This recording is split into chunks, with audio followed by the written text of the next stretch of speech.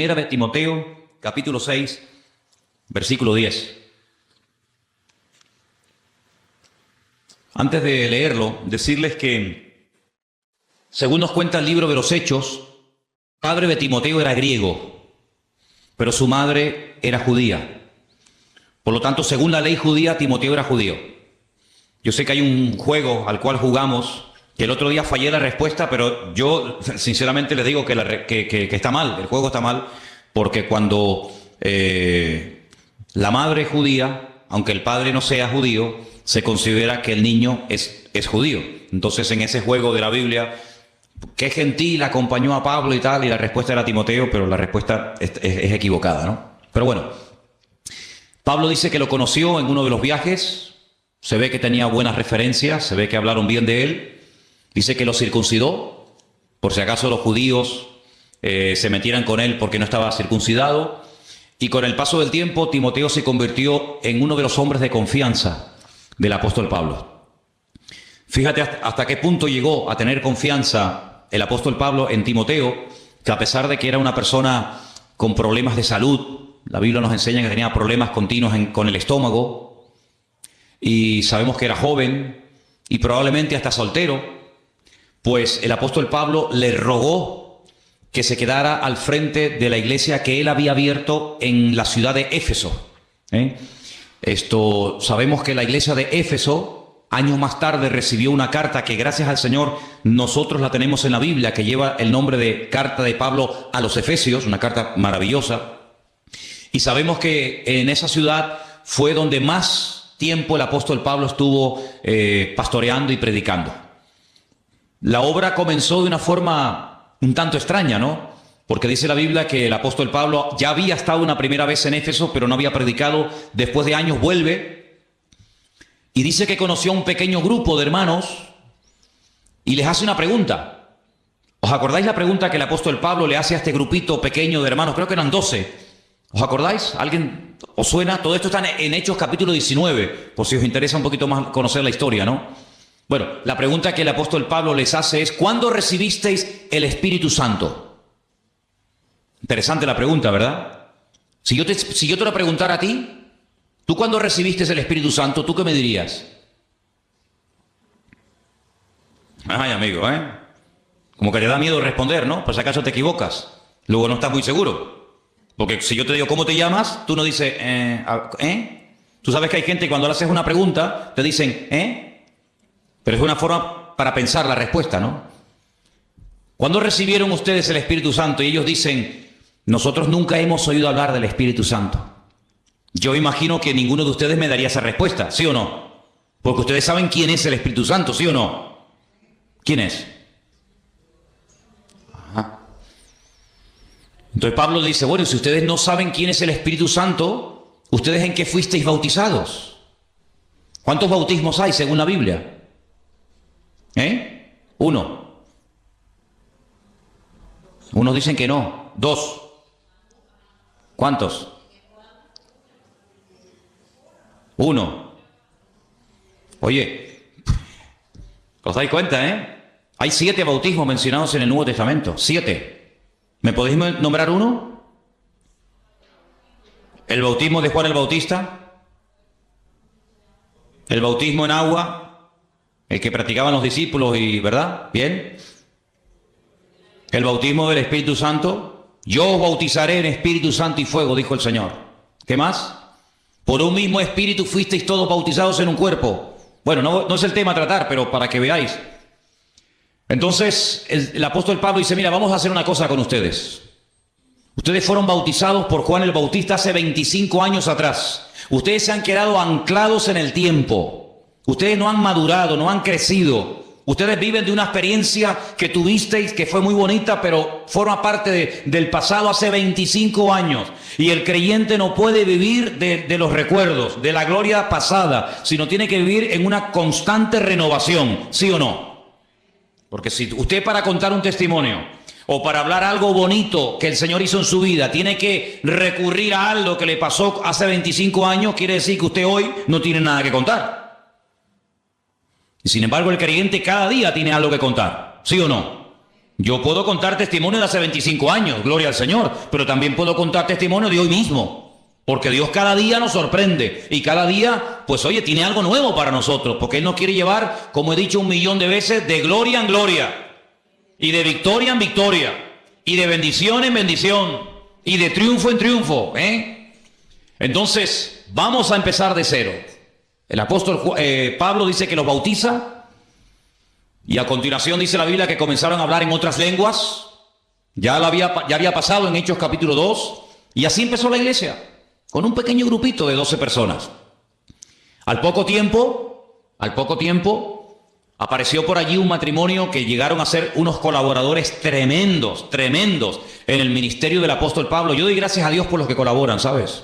Gracias a Dios por los que cantan y por los que predican. Todo eso está muy bonito, pero gloria a Dios por los que colaboran. Amén. Hace falta gente que colabore en las congregaciones. Las congregaciones crecen en la medida del número de colaboradores que tienen. Gente que apoya, gente que a lo mejor no predica, que no se ve mucho lo que hacen o lo que dicen, pero ahí están, sustentando, protegiendo, apuntalando la obra del Señor, ¿verdad? Y por allí apareció Priscila y Aquila. Priscila y Aquila. Un matrimonio. Oye, ¿será casualidad que haya puesto primero Priscila y luego Aquila? ¿O se equivocó el autor del libro de los Hechos cuando lo puso? ¿No tenía que haber puesto primeramente a Aquila y luego a Priscila? Tú fíjate cómo no hay casualidades, que cuando empieza el primer viaje misionero, el primero, dice que iba Bernabé y Saulo o Pablo. Pero más adelante dice que iba Pablo y Bernabé. Esto tiene una razón de ser. Priscila y Aquila se dedicaban al mismo oficio del apóstol Pablo. Y ahora, si yo les explicara lo que realmente significaba, lo que realmente era hacer tiendas de campaña, no tiene nada que ver con lo que la mayoría de las veces nos hemos imaginado. El apóstol Pablo era fabricante de talit, y por eso él tenía tanto acceso a las sinagogas de los judíos, y por eso era tan bien recibido, ¿verdad? Pero bueno, vamos a dejar eso a un lado. La cuestión está en que tiene a Priscila y Aquila como colaboradores de la iglesia en Éfeso. Al poco tiempo aparece Tíquico. Al poco tiempo se une al equipo ministerial Timoteo. Y mira tú por dónde. ¿Sabes quién estaba de miembro en la iglesia de Éfeso? El apóstol Juan. Sí, el que escribió el Apocalipsis, el Evangelio, allí estaba. ¿Pero con quién estaba? ¿Con quién estaba Juan? No. Tampoco. Estaba con una mujer muy importante. Estaba con María, la madre de Jesús, ¿o no? Porque en la cruz el Señor le dijo: Juan, ahí está tu madre. Mujer, ahí está tu hijo. Y Juan se la llevó a su casa. Y la historia secular cuenta que durante muchos años María y Juan, el amado, eran miembros de la iglesia de Éfeso, en la que Pablo estuvo 2 años. El día de la despedida, cuando Pablo dijo: hermanos, mi tiempo aquí se ha terminado, me tengo que ir a otro lugar. El día de la despedida dice que reunió a los ancianos de la iglesia y les dijo: hermanos, sabéis cómo entré y sabéis cómo me voy. No le debo nada a nadie. Sabéis mi trabajo, sabéis lo que he hecho, sabéis lo que hice, pero agárrate lo que dice. Yo sé que el día que yo me vaya, de entre vosotros, no le está hablando a inconversos, no le está hablando a gente que pasaba por la calle y entraron, sino a los ancianos, a los líderes de la obra. Les dice: yo sé que el mismo día que yo me vaya se levantarán de entre vosotros lobos rapaces que no perdonarán al rebaño. Increíble. No se habían levantado durante el tiempo de Pablo, porque claro, Pablo los tenía como a raya, ¿no? Pero en cuanto se creara esa especie de vacío, se iban a levantar personas con falsas enseñanzas, con falsas doctrinas. Pero Pablo había estado 2 años, hermanos. 2 años predicando de noche y de día, casa por casa, uno por uno. 2 años el mejor predicador de la época. Un apóstol de Jesucristo, 2 años enseñando sana doctrina. Y el día de la despedida dice: yo sé que ustedes van a contaminar la iglesia, porque ustedes son como lobos rapaces que van a esperar que yo me vaya para hacerse con el rebaño. Y entonces, ¿qué es lo que hace Pablo? Le dice a Timoteo: Timoteo, quédate aquí. Y comienza a corregir todas las barbaridades que van a comenzar a enseñar a esta gente. Comienza a exhortar dedícate a la lectura, predica a tiempo y fuera de tiempo, que nadie tenga en poco tu juventud. Y le escribe no una, 2 cartas le escribe a Timoteo para que él tenga material para enfrentarse a la dura lucha que va a enfrentar en Éfeso. Dicho sea de paso, en Éfeso a Pablo lo apedrearon y lo dieron por muerto. Sabéis que Pablo, cuando le escribe la carta a los Corintios, hay un momento en el que él da una lista de todos los padecimientos, de todos los sufrimientos que él ha ido experimentando a raíz de servir al Señor. Dice que fue apaleado, fue, apedreado, encarcelado, torturado, en fin, una barbaridad. Y dice, y en Éfeso peleé contra fieras. Probablemente lo lanzaron a la arena del circo romano y se lanzaron leones contra él, pero Dios lo protegió. Y en Éfeso a Pablo lo apedrearon. Y dice, y lo sacaron fuera de la ciudad y lo dieron por muerto. Y probablemente a Pablo el Señor lo resucitó en la ciudad de Éfeso. ¿Qué te parece? Y en ese lugar es donde Timoteo se queda. Y en ese lugar es donde él empieza su primera experiencia en el ministerio como pastor. Y en el capítulo 6... porque Pablo le da muchas instrucciones acerca de cómo tienen que comportarse los supuestos pastores, los diáconos, las mujeres, las solteras, las viudas, etc. En el capítulo 6, yo voy a leer a partir, si queréis, del versículo 3, unas palabras muy interesantes del apóstol que dice así: si alguno enseña otra cosa y no se conforma, si no se sujeta a las sanas palabras de nuestro Señor Jesucristo y a la doctrina que es conforme a la piedad o a la santidad, está envanecido y nada sabe. Delira acerca de cuestiones y de contiendas de palabras, de las cuales nacen envidias, pleitos, blasfemias, malas sospechas, disputas necias de hombres corruptos de entendimiento, privados de la verdad, que toman la piedad como fuente de ganancia. Apártate de los tales. Pero gran ganancia es la piedad acompañada de contentamiento, porque nada hemos traído a este mundo y sin duda nada podremos sacar. Qué gran verdad, ¿eh? Así que teniendo sustento y abrigo, estemos contentos con esto. Qué diferente la filosofía de vida de un cristiano, de un hijo de Dios, a la filosofía del mundo en la actualidad, ¿verdad? Teniendo comida, sustento y abrigo, dice, tenemos que estar contentos, no decir, bueno, vale, no, contentos, no resignados ahí, bueno, contentos, hermano, gozándonos en el Señor. Solamente con eso, con el sustento y con el abrigo, sí, pero no es que no tengo esto, no, es que eso no es necesario para la vida. Y sigo leyendo en el versículo 9, porque los que quieren enriquecerse caen en tentación y lazo, y en muchas codicias necias y engañosas que hunden a los hombres en destrucción y perdición. No hay nadie que hable más claro que Pablo y Santiago acerca del peligro de dejarnos seducir y atrapar por los bienes materiales y por el tener y tener y tener, y cuanto más tienes, más quieres. Porque, hermano, el no tener tiene un límite. Sí. Si no tengo comida me muero de hambre, ese es el límite. Pero el tener, ¿qué límite tiene? No hay límite para la avaricia, no hay límite para tener. Y ahora quiero tener esto y mañana quiero tener lo otro. Y no hay un límite, porque siempre habrá algo nuevo que no tienes y te gusta tener. Pero la palabra de Dios nos enseña que nosotros no tenemos que entrar en ese juego, en esas vanidades absurdas de tener y tener y tener y tener y tener, sino que teniendo, como acabamos de leer, sustento y abrigo, estemos contentos con esto. Hoy ha habido gente en el mundo que ha muerto de hambre, hermanos. Hoy, sí, hoy mismo. Mientras tú y yo estamos aquí en la iglesia, alabando a Dios y gloria a Dios y aleluya, y cada uno con la suya. Pues hoy ha habido gente en el mundo que ha muerto de hambre. ¿Qué te parece? En pleno siglo XXI, que haya gente que muera de hambre, con toda la comida que se tira, con todos los recursos que hay, pues sí, hermano, todavía hay gente que muere de hambre. Y esta noche habrá gente que duerma a la intemperie. Mira Nepal, mira el terremoto ese tremendo. Dice que ya van como, no sé, 5, 6, 7, 8 mil. Bueno, y aparte nunca sabrán los que realmente murieron, porque por esas aldeas, a esas altitudes, ¿quién sabe cuánta gente vivió allí? Se desmoronó la montaña y tú te crees que se van a poner a contar los muertos. Olvídate. Tremendo, ¿no? Tremendo, ¿no? Y nosotros esta noche, gracias a Dios, podemos dormir en una cama y tranquilos y cubiertos. Así que, hermano, ¿cuántos motivos tenemos para darle gracias a Dios? Amén. Amén. Y ahora viene un versículo que es tremendo, ¿no? Dice, porque raíz de todos los males es el amor al dinero. Fíjate que no menciona el dinero, sino el amor al dinero, que es otra cosa.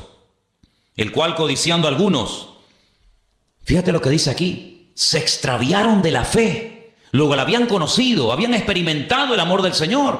Capaz que hasta servían al Señor. Dice, pero se extraviaron de la fe y fueron traspasados de muchos dolores. ¿Sabes que en la segunda carta, la segunda carta que Pablo le escribe a Timoteo, él dice que cuando lo sacaron de la cárcel para hacerle el juicio, bueno, le hicieron varios, ¿no? Pero dice, la primera vez que lo juzgaron, la primera vez que le tomaron declaración, dice, yo estuve más solo que la una, nadie estuvo a mi lado. Dice que un tal Alejandro, que era uno de los que viajaban con ellos, predicando y fundando iglesias y levantando la obra del Señor, dice que se le fue. Y encima se le fue causándole unos problemas terribles. Y después menciona a un tal Demas, que es mencionado en otras cartas, no solamente en la carta de Pablo a Timoteo, sino en otras también. Y dice, y Demas me ha dejado, dice, amando a este mundo. Si el mundo lo arrastró, lo atrajo como un imán, de tal manera que dejó a Cristo, dejó el ministerio, dejó la predicación, lo dejó todo, porque el mundo le lanzó el guante y lo atrapó. Y este era uno de los que se dedicaba a predicar la palabra, uno de los que viajaba con Pablo. Y con Pablo, dicho sea de paso, no viajaba cualquiera, no viajaba cualquiera. De hecho, todos conocemos el incidente, ¿verdad?, que hubo en cierta ocasión ya en el primer viaje misionero entre Pablo y Marcos. ¿Sabéis o no? Dice la Biblia que, bueno, llegó un momento en el que Pablo viajaba con Bernabé y Bernabé se llevó a su sobrino, a Juan Marcos, el que después escribiría el primer evangelio que lleva su nombre. Y dice que a la primera de cambio, cuando comenzaron, en fin, las persecuciones, las luchas, las cosas a ponerse duras y difíciles, Juan Marcos se volvió y los dejó. Y en el segundo viaje misionero, cuando Pablo, en vez de ir por mar, quiere ir por tierra, visitando las iglesias que habían fundado en el primer viaje y aparte yendo a otras latitudes, Bernabé dice, bueno, vamos a llevar otra vez a mi sobrino. Y Pablo dice, esta vez no. ¿Por qué? Porque nos abandonó. Y Bernabé seguramente habrá dicho, bueno, pero vamos a darle una segunda oportunidad. Perdonen la expresión, metió la pata en el primer viaje, se asustó. Era demasiada presión, demasiada responsabilidad. No estaba firme, no era maduro para aguantar esto, pero bueno, vamos a darle una segunda oportunidad. Y Pablo que no, y Bernabé que sí, y Pablo que no, y Bernabé que sí, y Bernabé y Pablo dicen, pues mira, yo no puedo trabajar más contigo. Y Pablo dice, pues muy bien, pues vete. Y dice la Biblia que Bernabé cogió a su sobrino, a Marcos, y se fue a la isla de donde él era, Chipre. Y Pablo dice, bueno, pues yo me voy con Silas. Silas, que también en la Biblia aparece con el nombre de Silvano, que era el que les escribía las cartas. Porque Pablo las dictaba y él las escribía y luego las firmaba. Y la Biblia pues nos dice que se separaron durante años y no volvieron a trabajar juntos. Fíjate lo exigente que era Pablo, que como la liaras una vez, cruz y raya, se acabó. Contigo no se puede contar para esto por lo menos. Después de muchos años sabemos que Pablo le dijo a Marcos que viniera a la cárcel a visitarlo y tal y cual, pero si Demas viajaba con Pablo es porque había pasado el filtro, porque a Pablo no se la daban con queso, a Pablo no se le colaba cualquiera. Pues a ese que viajaba con Pablo, a ese que sirvió al Señor en el ministerio juntamente con Pablo, dice que lo abandonó por amor a este mundo. Así que no solamente una persona que no es pastor y que no sirve al Señor, digamos, a tiempo completo, puede ser en un momento determinado engañado y atrapado y engañado por el mundo, sino que también pastores y gente que servía al Señor lo abandonan. Y tengo que decir lamentablemente que yo he conocido, no muchos, gracias a Dios, no muchos, pero he conocido 3, 4, tal vez 5 pastores que por los negocios hablaron con sus respectivas congregaciones que se iban a dedicar un tiempo a los negocios, iban a ganar dinero y que con ese dinero iban después a financiar la obra y la obra iba a estar mucho mejor y abandonaron el ministerio y nunca más volvieron. Y algunos de ellos me llamaron en su momento para pedirme mi opinión, qué opinaba yo, y les dije, ni se te ocurra dejar de servir al Señor por los negocios, porque la Biblia dice que ninguno que milita, si ninguno que está en el reino, enrolado en el ejército de Dios, ninguno que milita se enreda en los negocios del mundo. Los pastores no hemos sido llamados para hacer negocios. Eso déjaselo a las ovejas. Déjaselo a los miembros de la iglesia que se dediquen a esas cosas, pero los pastores no estamos para hacer negocios de ningún tipo. A mí me han propuesto negocios, pastores de aquí de las islas. Oye, mira que hay este negocio que tú puedes ganar mucho dinero y con ese dinero pagas el alquiler de la iglesia y con ese dinero no sé qué. Digo, no se te ocurra nunca más volverme a llamar para ofrecerme tal cosa. Y algunos querían insistir y les tuve que hasta casi decir, mira, si me vuelves a llamar por esto te cuelgo el teléfono. Yo tengo prohibido categóricamente dedicarme al mundo de los negocios, porque yo soy una persona que ha sido llamada exclusivamente para servir al Señor. Yo no voy a dejar de servir al Señor ni de pastorear porque vaya a ganar mucho dinero. Es que yo no estoy en esto por dinero. Yo no estoy en esto. Ayer Elena y yo hablábamos, nosotros hemos vivido en la península sin ser pastores, como evangelistas itinerantes, viajando por aquí, yendo por allá, sin recibir ni un solo centavo, y hemos vivido por fe, no solamente antes de venir aquí, sino en otras ocasiones. Sabemos lo que es vivir por fe totalmente, totalmente. Sabemos lo que es sentarnos a la mesa con el plato vacío y orar y tocar a la puerta y el Señor suplirnos. Sé lo que es viajar horas y horas. Por eso te decía el otro día, David, que tu testimonio me impactó cuando veías que la gasolina del coche, ¿no?, subió. Y, hermano, yo venía de Barcelona un día. Yo me fui de Galicia, 1200 kilómetros, Pontevedra, Barcelona. Prediqué durante una semana y cuando regresé, en esa congregación no me habían dado ni un centavo me habían dado, y volvía con las manos vacías. Y sé lo que es dormir dentro de un coche en una gasolinera, y sé lo que es llevar durante horas y horas y horas la lucecita naranja de la reserva y decir, Dios mío, que no llego, pero contigo sí llego, Dios mío, estírala, y llegar, y sabemos lo que es eso, ¿no? Pero no es una tentación, no debería ser una tentación para una persona que sirva al Señor, tampoco para un cristiano, pero para uno que sirva al Señor menos todavía. No debería ser una tentación el tema económico, porque la Biblia dice, y lo vuelvo a repetir, que el que milita no se enreda en los negocios de esta vida. Y además de eso, hay una amonestación tremenda que hemos leído esta noche, que dice que el amor al dinero es la raíz de todos los males.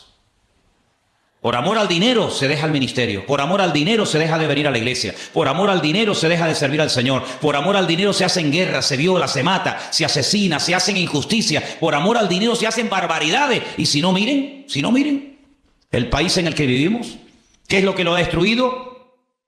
El amor al dinero. El amor al dinero.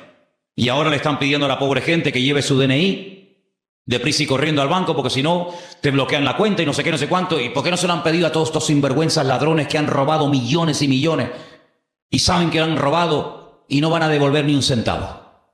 Ese es el mundo en el que vivimos, el amor al dinero, ¿verdad? Y ganan sueldos alucinantes que ni en toda la vida tú y yo vamos a vivir, pero quieren más y más y más. Y yo tengo 1 millón y quiero 5, y tengo 5 y quiero 100 y quiero 100.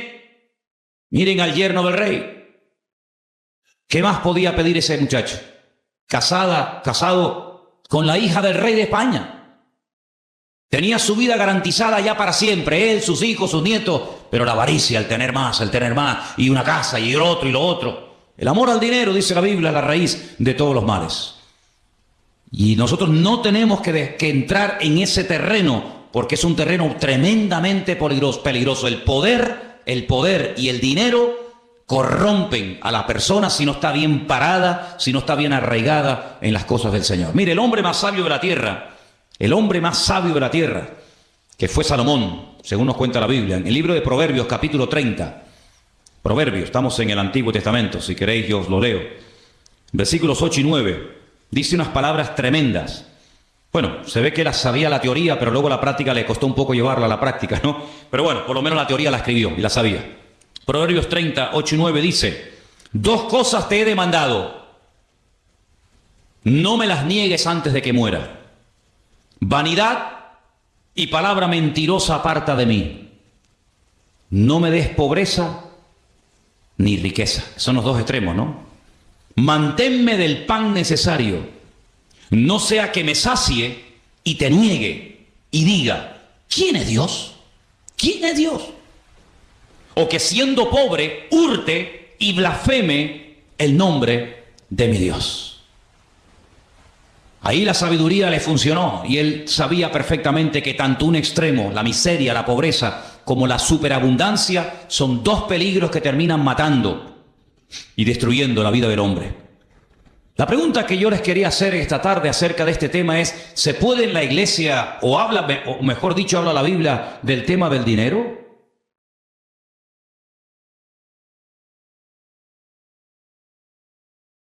Hola. Hemos mencionado un versículo que donde aparece la palabra dinero, ¿sí o no? Claro que la Biblia habla de este tema. ¿Saben por qué? Porque tal vez a lo mejor tu problema no sea la enfermedad. Tal vez tu problema no sea tu matrimonio. Tal vez tu problema no sean los nervios, o la depresión, o cualquier otra situación de la vida. Pero tarde o temprano el tema económico de alguna manera u otra nos va a afectar a todos, ¿sí o no? A todos nos va a afectar. Porque vivimos en un mundo donde hay un sistema creado por el hombre. Y en ese mundo vivimos, aunque no somos de este mundo, estamos de paso, pero por vivir en este mundo, cuando llega final de mes, tenemos que pagar, los que tengan casa en propiedad, su hipoteca, los que vivimos de alquiler, nuestro alquiler.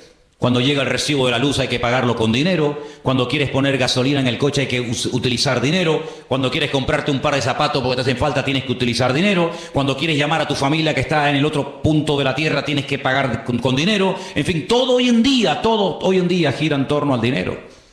Y con el dinero se pueden hacer muchas cosas buenas, claro que sí. Con el dinero se pueden abrir iglesias, se pueden comprar Biblias, se puede comprar cosas para ayudar a la gente. Habéis visto en la pantalla, habéis visto lo que se hizo en su día. Gracias al Señor, con el dinero que entraba, se pudo comprar un terreno donde hoy en día hay niños huérfanos, ¿verdad? Que si no fuera por la ayuda que reciben estarían por las calles tirados como perros, muertos de hambre, ¿sabe Dios qué, verdad? Con el dinero se pueden hacer maravillas, pero también se pueden hacer auténticas barbaridades. Auténticas barbaridades. Fíjate tú, hermano, que el día que el Señor Jesucristo resucitó y los fariseos y los escribas y los sumos sacerdotes sabían que había resucitado, porque ellos sabían perfectamente que el testimonio de la guardia romana era un testimonio fidedigno. Ellos sabían perfectamente que la resurrección se había producido, pero no querían aceptarla. No querían decir, oye, nos hemos equivocado, hemos matado al Mesías y al final era quien él dijo que era, el Mesías, y ha resucitado. Bueno, vamos a pedirle al Señor perdón. No. Inventaron un rollo, inventaron una historia y le ofrecieron a los soldados romanos dinero para que dijeran, si os preguntan, ¿qué pasó? ¿Qué pasó con el cuerpo de Jesús? ¿Resucitó? ¿No resucitó? ¿Qué fue? Dice que los sobornaron, les dieron dinero para que le dijeran a la gente, no, es que nos quedamos dormidos. Fíjate, 16 soldados romanos nos quedamos dormidos. Vinieron de noche sus discípulos, pasaron por encima de nosotros, rodaron la piedra, antes cortaron el sello romano, sacaron al muerto fuera y no nos hemos enterado. Y dice, y este dicho llega hasta el día de hoy. Es decir, que cuando se escribieron los evangelios todavía corría la bola en el mundo de que era mentira que Jesús había resucitado, sino que sus discípulos robaron el cuerpo y fue todo por un soborno con dinero. Entonces, con dinero se pueden hacer maravillas y con dinero se pueden hacer auténticas barbaridades. Porque el dinero es un instrumento, es un buen siervo, pero es muy mal amo, es tremendamente cruel. Si lo usas, será una bendición. Si te usa, te destruirá. Si lo usas adecuadamente, si lo administras, si lo canalizas para el fin por el cual Dios te lo dio, será una bendición. De hecho, el martes en la clase de discipulado pusimos en una pizarra las listas, las 2 listas que hay en el Nuevo Testamento de lo que llamamos los dones del Espíritu Santo, que están en Romanos capítulo 12 y Primera de Corintios capítulo 12, y uno de los dones es el don de repartir. Si la persona que Dios le provee, la persona que Dios lo prospera, pero que tiene claro que es como una herramienta que Dios le da, como a mí me da la herramienta de la predicación, pues a otro le da la herramienta de los recursos para que pueda el evangelio correr y no se detenga la obra. Eso es un don. Eso es un don que no todo el mundo tiene. Porque no significa que porque una persona tenga muchos recursos, tiene el don. Pero hay un don en la Biblia. Y tenemos que pedirle al Señor el don de la generosidad. ¿Cuántos dicen amén? El don de la generosidad, porque eso es el don de repartir. Ser generoso, abrir la mano y cubrir las necesidades de la obra. Es un don. Como el hablar en lenguas, como interpretar mensajes, como profetizar y como otros dones así que nos llaman mucho la atención. Pues hay un don que es el de servir. otro que es el de organizar o presidir, otro que es el de hacer misericordia, ¿verdad? Todo lo que tiene que ver con la obra social, etcétera. Y hay un don que es el de repartir. ¿Repartir qué? Pues lo que Dios te da, mijo. Lo que Dios te da, ¿para qué? Para ti, no. Para ti también, pero sobre todo para repartir, para que haya igualdad en el cuerpo de Cristo. Eso dice la Biblia.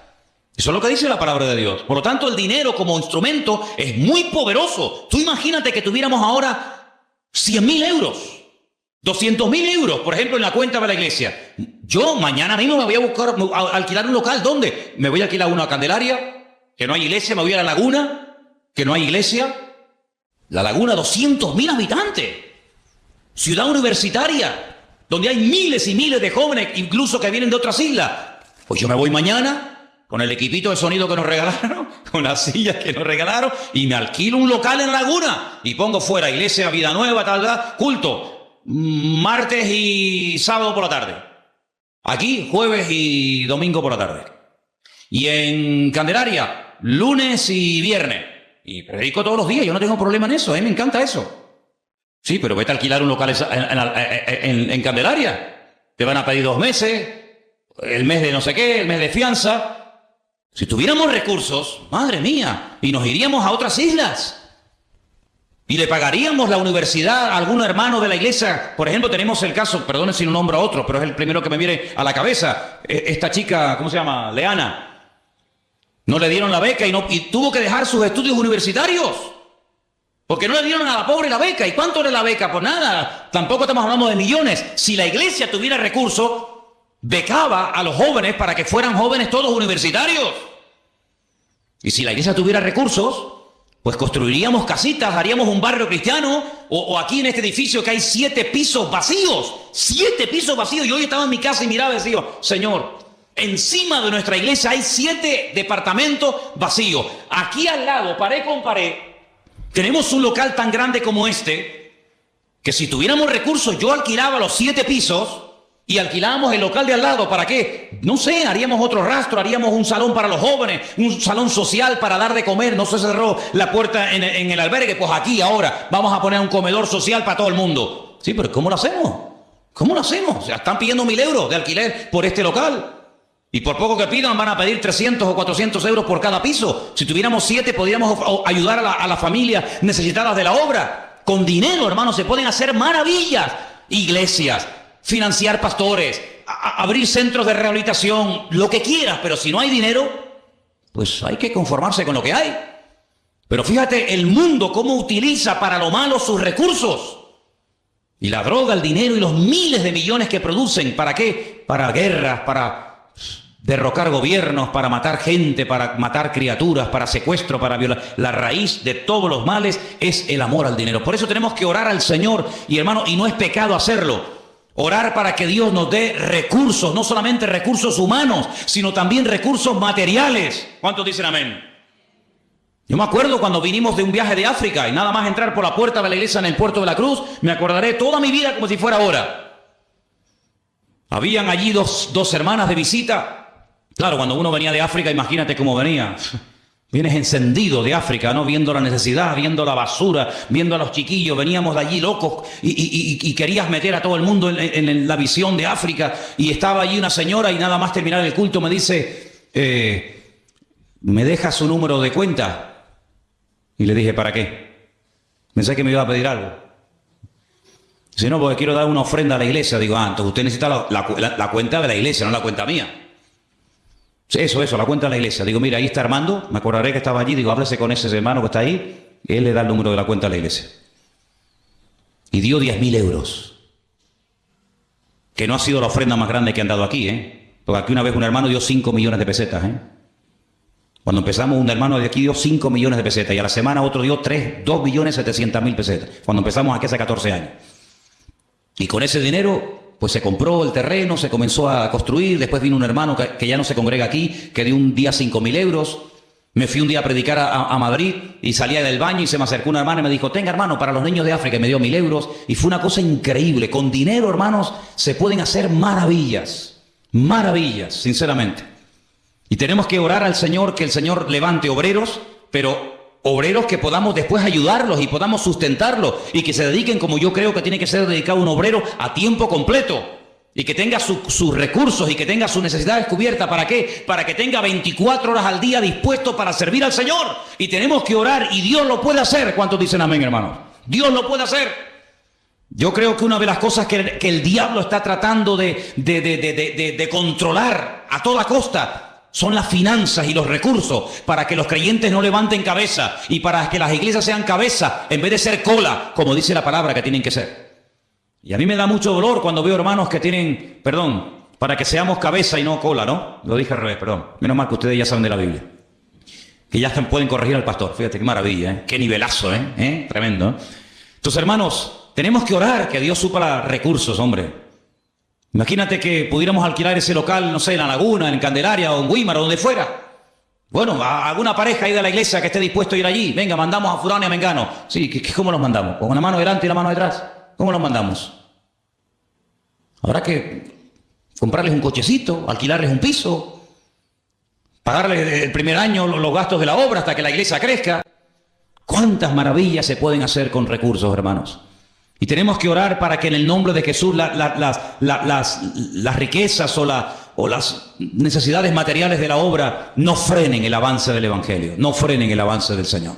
Y yo creo que si tenemos fe y oramos, el Señor va a hacer milagros entre nosotros. Porque nuestro Dios es un Dios de milagros. Pero hay algo, hermanos, que yo tengo que decirlo. Y no lo digo con doble intención, porque líbreme Dios. Lo digo con toda sinceridad. Mire, hermano, si nosotros somos fieles, aunque seamos 4, no me importa el número. El número no tiene nada que ver con esto. Si nosotros somos fieles con nuestro Dios en lo que nos corresponde como cristianos dar, Dios va a respaldar su obra. Porque dice la Biblia, y quiero leer ese versículo esta tarde, porque la Biblia, claro que habla de economía, pero de economía sana, no de economía corrupta como está en las calles, sino de una economía correcta, sana, justa. En el libro de Malaquías, que en su Biblia está en el último del Antiguo Testamento, hay un versículo que yo sé que tú conoces de memoria, pero yo te lo voy a leer. Está en capítulo 4 de Malaquías. 3, perdón. Cuando uno deja su Biblia y coge otra, ¿verdad? En la otra Biblia mía hago así, y lo encuentro enseguida. Cuando uno cambia de Biblia parece que nos cuesta más conseguir las cosas, ¿no? Pero hablando acerca de las ofrendas, hablando acerca de los diezmos. ¿Me ayudáis? Es el 10, pero ¿qué? Sí, 3, sí, perdón, ya está, sí, 3:10, perdón, sí. Es que en la otra Biblia tengo ese versículo a la izquierda y en esta está a la derecha. Capítulo 3 de Malaquías, verso 10. Bueno, si quieren arranco desde el... pasa que es muy fuerte el 9, no sé si les va a gustar que lo lea. No sé qué hacer. Y yo iba a leer el 8, pero es que el 8 peor. Ay, mi madre. Ahora me metí en un follón. Ahora me metí en un lío. ¿Puedo leer el 8? Tú eres el que me estás diciendo que lo lea, ¿eh? ¿Robará el hombre a Dios? Y tú dices, ¿cómo va a robar un hombre a Dios? ¿Se puede robar a Dios? No, vamos a seguir leyendo. Vosotros me habéis robado. Y dijisteis, ¿en qué? ¿En qué te hemos robado a ti? Y dice el Señor, en vuestros diezmos y en vuestras ofrendas. Yo te dije que el versículo era muy fuerte, ¿eh? Yo te dije que el versículo era tremendo. ¿Me dejáis leer el 9? Bueno. Malditos sois con maldición, porque vosotros, toda la nación, me habéis robado. Claro, tú lees esto y tú dices, madre mía, qué tremendo, ¿no? Así que esta gente, si lees el contexto, sembraban, apenas cosechaban, todo les iba mal. Estaban bajo maldición, según hemos leído. Porque Dios les dice en el versículo 8, me habéis robado en esto y en esto. Y las consecuencias las estáis sufriendo. Así de claro. La pregunta es, ¿hay solución? ¿Hay remedio? Siempre hay solución, hermano. Siempre hay remedio. Siempre. Cuando el Señor apunta con su dedo y señala en una dirección hacia algo que estamos haciendo mal, no lo hace para condenarnos, sino lo hace para decirnos, oye, pero si quieres, puedes salir de este callejón sin salida. Sí, estáis mal, estáis bajo maldición, lo habéis hecho fatal, pero la solución la da en el verso 10, que era el que yo en un principio quería leer, pero te leí el 8 y el 9 porque tú me diste permiso para leerlo. Traed todos los diezmos al alfolí. ¿Sabéis lo que es el alfolí? Porque si leo una palabra y no la entendéis, ¿para qué sigo? El alfolí era una caja, un cajón grande, con una especie de ranura, como una hucha gigante, ¿vale? Traer todos los diezmos al cajón, traer todos los diezmos a la hucha. Por eso, dicho sea de paso, sabéis que hay muchas huchas que tienen forma de cerdo. Es un cerdito con una rajita arriba, ¿sí? ¿Y por qué tienen forma de cerdo? Porque los que daban el diezmo eran los judíos. Las naciones paganas no pagaban el diezmo, pero los judíos daban el diezmo. ¿Y cómo llamaban a los judíos? Cerdos. Y era un insulto. De ahí vienen las huchas con forma de cerdito. Traed los diezmos al alfolí, haya alimento en mi casa. Y ahora dice algo tremendo, que no lo dice sobre otro tema, pero sí sobre este. Probadme ahora en esto. Si no, os abriré las ventanas de los cielos, derramaré sobre vosotros bendición hasta que sobreabunde. Además, verso 11, reprenderé también por vosotros al devorador,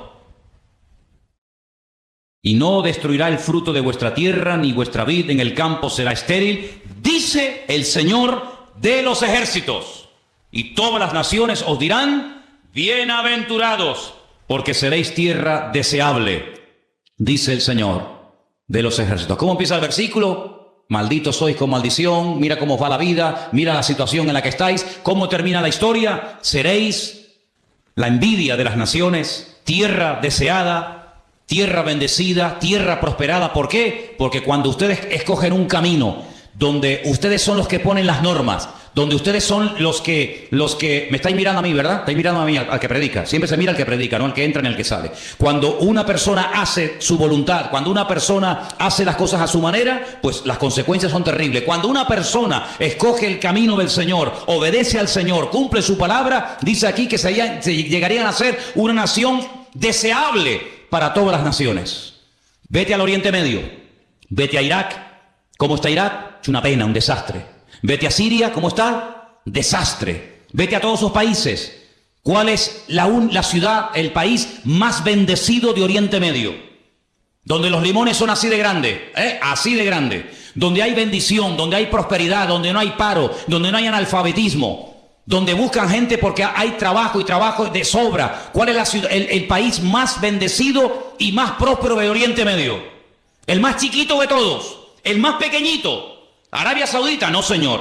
Dubái tampoco. ¿Cuál es el país más bendecido? El pueblo de Dios, el pueblo de Israel. Por eso es la envidia de todo. Por eso todos quieren destruirlo. Por eso todos están contra él. Por eso todos van en contra. ¿Por qué? Porque la bendición de Dios levanta envidia. Porque la bendición de Dios, el respaldo del Señor, pone furioso al enemigo. Cuando tú no produces envidia en el enemigo no se mete contigo. Cuando tú eres una persona bendecida, cuando el gozo del Señor es tu fortaleza, cuando el Señor te va abriendo puertas, todas aquellas personas que dicen que no creen en Dios, en lo más profundo de su corazón te tienen envidia y celos. ¿Por qué? Porque ven el respaldo del Señor sobre tu vida. Fíjate qué curioso, te voy a poner un ejemplo. Un esclavo, un muchacho que no lo quieren ni sus hermanos, sus propios hermanos carnales ni lo quieren, no lo pueden ver en pintura, le han puesto un mote. Antiguamente, aquí había gente que se conocía más por el mote que realmente por su nombre propio. Ahí viene el soñador. Unos celos, una envidia terrible. Todos los hermanos, desde el más grande hasta el más pequeño, contra su hermano José. ¿Por qué? Porque es un chico bendecido. Porque es un chico que tiene comunión con el Señor. Dios le habla, Dios le da sueño, Dios le da revelación. Y la envidia, te vuelvo a repetir, siempre despierta envidia y celos en la gente que te rodea. ¿Qué es lo que quieren hacer? Matarlo, acabar con su vida. Lo meten en un pozo, lo quieren matar de hambre, lo quieren matar de sed. Rubén dice, no, vamos a hacer algo, vamos a venderlo.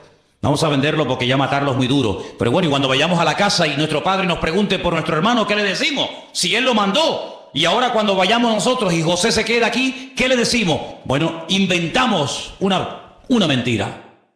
Le quitamos la ropa, que era una ropa de colores que él llevaba, la teñimos con sangre de un animal y le decimos a nuestro padre que José ha sido despedazado por una fiera del campo y ha muerto. ¡Qué crueles! ¡Qué crueles! Ni uno dijo, no hagamos eso. ¿Cómo le vamos a hacer? ¿Cómo le vamos a decir a papá eso? y un año, y otros años, y ninguno hablaba, todos callados como zorros. Y José, el pobrecito, allí más solo que la una en Egipto. Pero dice la Biblia que el Señor estaba con José. ¿Cuántos dicen amén?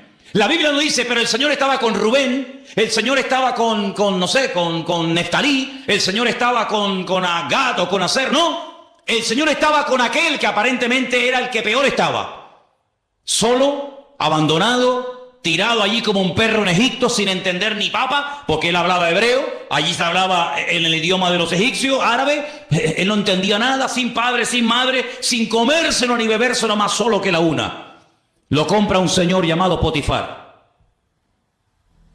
Y se da cuenta que este muchacho es distinto. Se da cuenta que este joven es diferente. Siembra y hay unas cosechas alucinantes. Organiza el ganado y el ganado es sano, robusto y fuerte. Donde pone la mano José, dice, allí estaba la mano de Dios. José es un hombre próspero porque tiene comunión con el Señor. Claro, la envidia y los celos, ¿de qué venía? De la unción y de la bendición de Dios que había sobre su vida. Entonces, amados hermanos, te das cuenta cómo cuando una persona es bendecida, cuando una persona tiene algo que decirle al mundo, la gente te preguntará y la gente se te acercará. Pero si vamos por la vida quejándonos, si vamos por la vida lamentándonos, ¿qué te van a preguntar a ti? ¿Para qué se te van a acercar a ti si ya poniendo la televisión nos ponen la cabeza así todos los días? Pero ¿a quién se van a acercar? A la persona que vive en este mundo, pero es diferente. Ríe, canta, danza, baila, honra al Señor. ¿Por qué? Porque aunque vive en este mundo, no es de este mundo. Y eso es lo que la gente tiene que ver en ti y lo que tiene que ver en mí. Pero no lo van a ver aquí dentro, porque aquí de la gente en la calle prácticamente no entran porque les da miedo. Pero cuando salgas de aquí, ya verás compañeros de trabajo, compañeros de instituto, compañeros de clase, vecinos, amigos, familiares. Es ahí donde tienes que marcar una diferencia y hablar diferente y hablar distinto, decir, Dios está con nosotros, pero en palabras y en hechos. ¿Cuántos dicen amén? Pero para eso tenemos que hacer lo que nos corresponde. Esto no es tocar un botón y ya está, no. Acá hay una parte humana que cuando nosotros la hacemos, Dios dice que hace así y abre las ventanas de los cielos, derrama bendición hasta que sobreabunda y además Él se encarga de reprender al devorador. Y yo pregunto, ¿y quién es ese señor? ¿Quién es el devorador? ¿El diablo? Bueno, pues yo veo cristianos que están todo el día reprendiendo al diablo. Todo el día están reprendiendo al diablo. Pero si el Señor dice, pero si tú haces tu parte, el que lo voy a reprender voy a ser yo. ¿Y a quién le va a hacer más caso el diablo? ¿A ti o a Dios? Fíjate tú que Miguel es el arcángel más poderoso que jamás Dios ha creado. Y cuando Satanás vino a pelear contra él porque quería el cuerpo de Moisés, ¿qué dijo Miguel? Que el Señor te reprenda, porque como te reprenda el Señor, tú no aguantas ni una décima de segundo. Pues ya está. Pues entonces en vez de hacer tú la parte de Dios y querer que Dios haga tu parte, hazlo al revés. Haz tú tu parte como cristiana, como hermano, como hijo de Dios, y deja al Señor que se encargue de lo que tú no puedes hacer y vas a ver resultados tremendos, pero siempre detrás de la obediencia. Y quiero recordarte el versículo con el que empezamos en esta noche. La raíz de todos los males es el amor al dinero. Tú amas el dinero, como ames el dinero, tienes un problema terrible en tu vida. El dinero tienes que usarlo, porque es un instrumento que tiene que ser tu siervo, tiene que estar para tu servicio y no tú para el servicio del dinero, porque entonces eres hombre muerto. Nunca te va a llegar nada. Tendrás, como dice la Biblia, saco roto, que meterás la mano y nunca hay nada. Pero cuando uno tiene el contentamiento del Señor, tú te das cuenta de que cada día es una bendición de Dios. Dicen los judíos, y termino, no por trabajar más se gana más. Dicen ellos, no por trabajar más se gana más. Tampoco por trabajar menos Dios te va a proveer lo que tú necesitas. ¿Qué es lo que hacen ellos? ¿Qué es lo que hacen con el tema económico? Ellos lo que hacen, cuando empieza el año, oran y le encomiendan al Señor todo el año. Se comprometen con sus ganancias, con sus entradas, cada uno en su proporción, a darle al Señor su diezmo y su ofrenda, y no se afanan, no se agobian por trabajar más o por hacer más, no, sino que ellos dicen, si yo me comprometo con el Señor a hacer mi parte cuando me corresponda, todo lo que yo necesite desde el principio del año hasta el final, todo me vendrá porque yo estoy haciendo mi parte. ¿Cuánto tenemos que aprender de muchas personas que no tienen mucho de lo que nosotros tenemos hoy en día, pero han descubierto un secreto? Haga usted su parte y olvídate de estar agobiado y venga, y venga, y venga, que no por trabajar más vas a ganar más, sino que Dios te va a dar lo justo y necesario siempre y cuando tú hagas la parte que te corresponde. Pregúntate esta noche, ¿tú estás cumpliendo con tu parte? Ya te lo he dicho en la Biblia, si quieres lee más. La Biblia está llena de capítulos y capítulos que hablan acerca de la economía del reino. Cómo hay que hacerlo, cómo no hay que hacerlo, cómo hay que ofrendar, cómo hay que diezmar, dónde hay que hacerlo, dónde no hay que hacerlo. La Biblia está llena de esos sabios consejos. Si nosotros hacemos nuestra parte, nunca el Señor nos defraudará. ¿Cuántos dicen amén? Vamos a orar. Cierra tus ojos ahí donde estás. Y ahora tú eres el que tienes que preguntarte estas cositas. Señor, ¿estoy cumpliendo contigo? ¿Estoy haciendo tu parte o soy un avaro? ¿Sabes que al avaro la Biblia lo llama idólatra?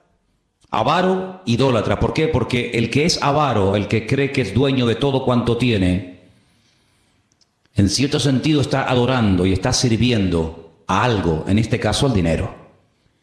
Y nosotros tenemos una orden que dice en la palabra: al Señor tu Dios adorarás y a Él solo servirás. Usted no tiene que servir a otras cosas sino solamente al Señor. ¿La está sirviendo? Ponga al Señor en primer lugar en su vida, hermano y hermana. Fíese de Dios. Cumpla usted con su parte y yo le aseguro que Dios le va a sorprender más de lo que usted se puede imaginar. Y en esta tarde queremos darle gracias al Señor por su bendita palabra, que siempre exhorta, siempre anima, siempre habla nuestra vida. Te pedimos, Señor, en el nombre de Jesús, que tu palabra ahora produzca el fruto para la cual ha sido predicada, para la cual ha sido traída esta tarde a este lugar. Toca nuestros corazones, rompe cualquier atadura, cualquier apego, Señor, al dinero o a cualquier otra cosa, y que solamente adoremos y sirvamos a nuestro Dios, a nada ni a nadie más. Y también queremos unirnos en esta noche a favor de la vida de nuestra hermana Rosy, allí en el Puerto de la Cruz. Señor, tú eres el Dios todopoderoso, nuestro sanador, nuestro médico divino. Nuestra vida está en tus manos, tú la das y tú la quitas. Tú la alargas o tú la acortas, según es tu voluntad. En esta tarde oramos con fe, con toda la seguridad del mundo, de que la vida de Rosy te pertenece a ti, Señor. Ella te ama, ella te sirve, ella te honra. Y pedimos que tu nombre sea glorificado en esta situación. Este es un momento para que tú seas glorificado, Señor. Y en el nombre de Jesús declaramos la bendición de Dios sobre la vida de nuestra hermana en esta tarde. Donde quiera que se encuentre, te pido que ahora tu mano se pose sobre ella y haya un consuelo, un aliento, un milagro de parte tuya, Señor. Aceptamos tu voluntad, cualquiera que sea, tú lo sabes. Pero el anhelo de nuestros corazones es verla sana, verla totalmente libre y restablecida de esa enfermedad. Pero todo está bajo tu control, nada se escapa de tu control. Por eso, Señor, oramos con paz, oramos con la fe y con la seguridad de que todo obra para bien. Y te pedimos en esta tarde, Señor, que tú aumentes su fe y le des como hasta ahora esa paz sobrenatural que sobrepasa todo entendimiento, para que ella pueda, Señor, aceptar el trato de Dios en este momento en su vida. Bendice a Rosy, Señor. Bendice a Rosy, Señor. Bendice a Rosy, Señor. Bendice a Rosy, Señor. Bendice a Rosy, Señor. Bendice a Rosy, Señor.